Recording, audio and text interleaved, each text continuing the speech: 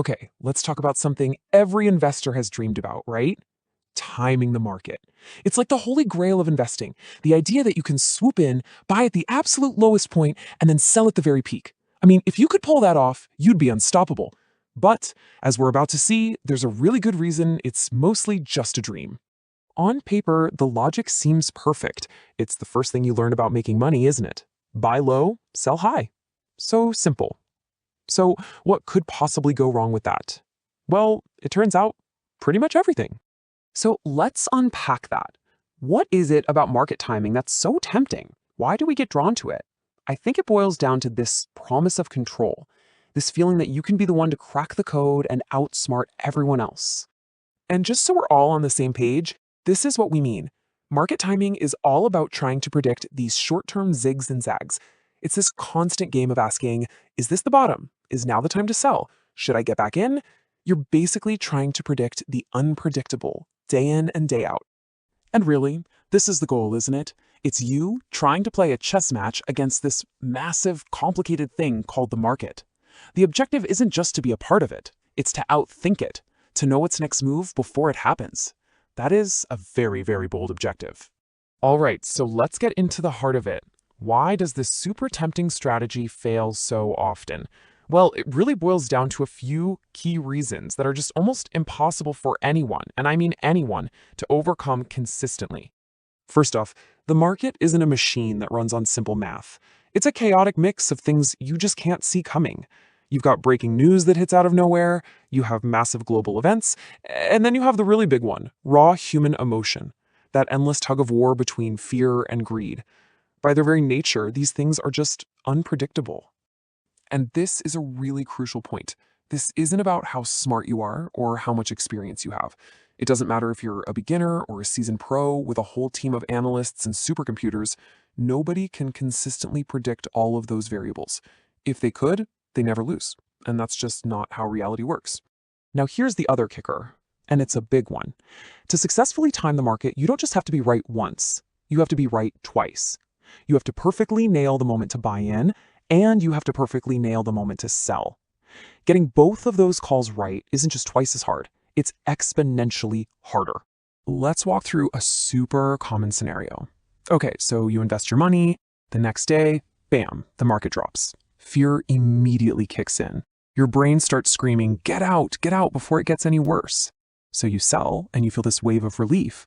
But then, just as quickly, the market bounces back, and you're stuck on the sidelines, having locked in your loss while everyone else recovers.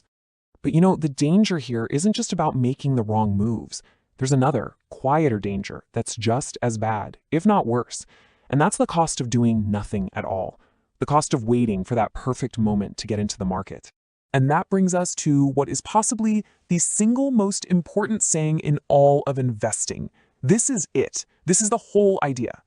Real wealth isn't built by jumping in and out at just the right second. It's built by staying patient and just being in the market over a long period of time. Think about it like this. Every single day that you're sitting on the sidelines with your money in cash, waiting for some magical dip, that's a day your money isn't working for you. It's not earning anything, and more importantly, it's not compounding. That waiting is a real hidden loss. We call it opportunity cost. And this chart, wow, this really shows you how dangerous that waiting can be. A huge chunk of the stock market's total gains over decades often happens in just a tiny handful of really good days. They're explosive and they're completely unpredictable. And if you're trying to time the market and you just happen to miss the 10 best days, look at that difference. Your returns can get totally crushed. Okay, so if trying to be a market psychic is clearly a losing game, what's the alternative? Well, the good news is there's a much simpler, way more effective, and honestly, a far less stressful strategy. It's all about shifting your mindset from prediction to participation. So here's the core idea. Just stop trying to guess what the market's going to do next. It's a fool's errand. Instead, focus on having a system, a discipline. The most successful investors win because they are boringly consistent. And the most common way to do this is with a strategy called dollar cost averaging. It sounds kind of technical, but it's actually incredibly simple. All it means is you decide to invest a set amount of money, say $100, at a regular time, like every month. You do it whether the market is up, down, or sideways. You just keep investing.